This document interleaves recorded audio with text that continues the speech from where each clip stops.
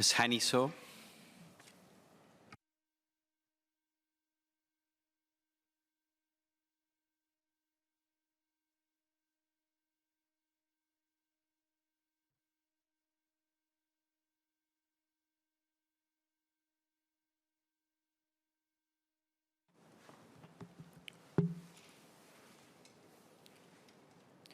Mr. Deputy Speaker, I wish to first declare that I'm a practicing lawyer.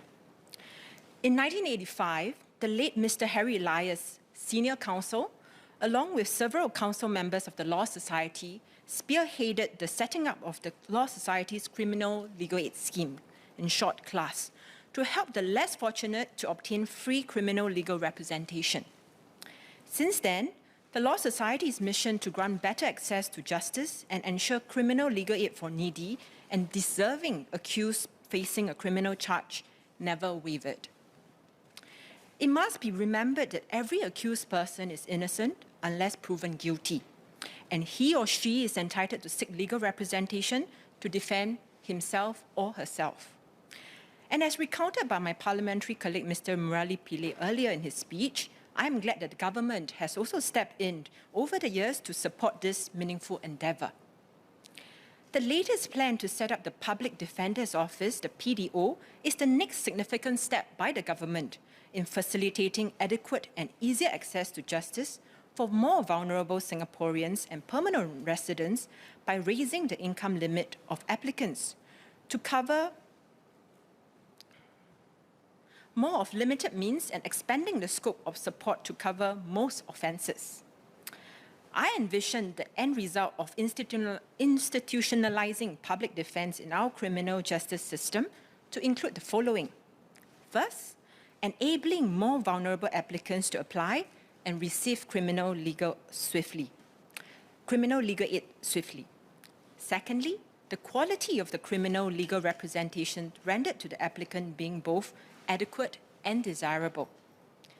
And thirdly, to cultivate an ecosystem devoted to recruiting, retaining, and motivating more people to pursue criminal defense as a profession. In these aspects, I wish to seek the following clarifications. Firstly, in terms of the offence coverage, while I understand that the scope of the coverage for PDO will be expanded to cover more types than class, it will exclude regulatory offences as well as certain acts whose primary purpose is to deter specific behaviours that bring about negative externalities to society, such as organised and syndicated crime.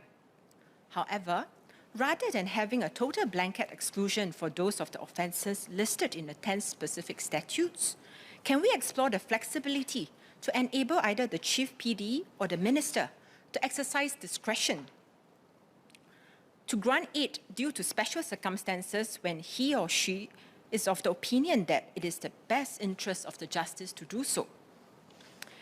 This flexibility is needed as the situation that requires it can vary in details. An example would be an accused person charged under the Common Gaming House Act. They could either be intellectually disabled or induced to be a lookout for a common gaming house, or a gullible teenager who has been influenced by peer pressure to be a bookie. In both scenarios, if the family members of the accused does not have the financial means to assist to seek legal representation for them,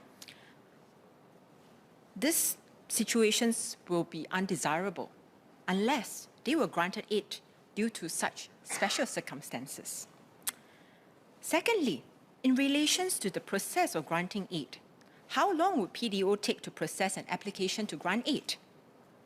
On the same point as what Mr. Lim Biao Chuan has raised earlier in his speech, we have often heard of cases where applicants who have already been remanded for a period of time are still waiting for their requests for legal representation to be processed.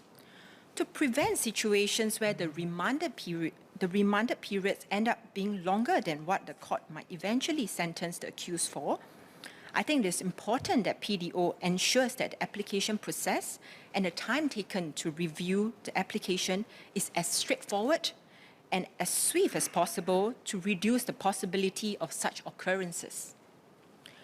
With both PDO and CLAS operating as independent entities, would an applicant be required to make duplicate duplicated requests for aid. I hope that a single centralized system can be implemented. With this, each applicant's record will be visible to both entities, reducing the time needed to verify if the applicant has previously received aid in either of the schemes. I also wish to inquire about the optimal number of public defenders and support staff required to ensure smooth operations of the PDO, and whether the Ministry is on track with the recruitment to reach this target when the PDO begins operations by the end of 2022. I understand that PDO is looking to bolster their manpower by bringing in a wave of fresh graduates, young lawyers, mid-career hires, and legal service officers. But apart from meeting the required numbers, I firmly believe that there is a real need to ensure the quality of the service to be provided. In this regard, I wish to inquire what would be considered by the Chief PD as duly qualified and experienced to carry out duties as public defenders, and whether adequate training would be provided to fresh graduates and young lawyers before they are assigned to take on cases independently. To ensure consistency in terms of the quality of the legal representation provided by each of the public defenders, be it its in-house public defenders or those engaged under the panel of qualified lawyers, the PDO may wish to consider collaborating with the Law Society of Singapore's Advocacy Committee, the Criminal Practice Committee, and the Class Committee in working out a series of training sessions to sharpen the skills of the lawyers in areas such as the advocacy and criminal procedures. In the Mass Call Address 2021, the Honourable Chief Justice Sundaresh Menon has shared that, and I quote, "The pro bono spirit is among the very best tradition of our bar. Few things are more precious than the opportunity to help someone who has been shut out from the access to justice. As a lawyer, we are trained to be the person who unlocks that door." CJ strongly encouraged the newly minted lawyers to actively seek opportunities for involvement in pro bono work, and Class was cited as an excellent and exceedingly meaningful avenue for pro bono service. I am glad that moving forward, the PDO will also be another available option for one to contribute accordingly.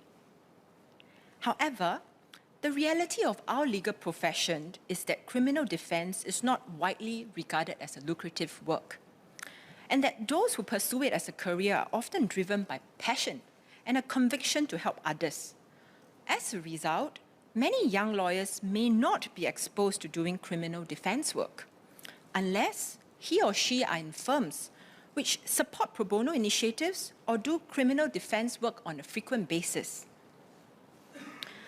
But just as what the Honourable CJ has shared in the Mass Call Address, young lawyers should, which I quote, learn to lean on the community. Look for role models and mentors to whom you can turn for guidance and inspirations. In this regard, I hope that PDO would be open to having young lawyers with little experience to volunteer and be included in its panel of solicitors for cases in the capacity as a junior assisting counsel.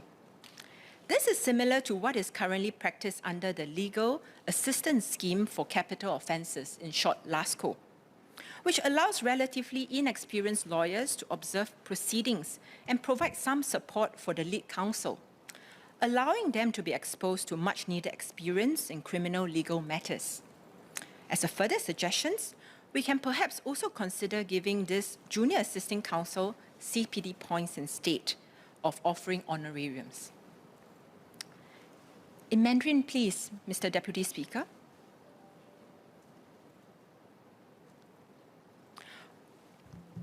副议长先生，我支持这次的动议，由政府设立公社辩护人办公室，简称 PDO。这刑事法律援助将给予更多的弱势群体，在不幸遇到刑事官非时，带来更大的帮助。在这次的动议呢，公社辩护人或部长能在必须的情况之下使用特权，让那些超出月入顶线的申请者得到法律援助。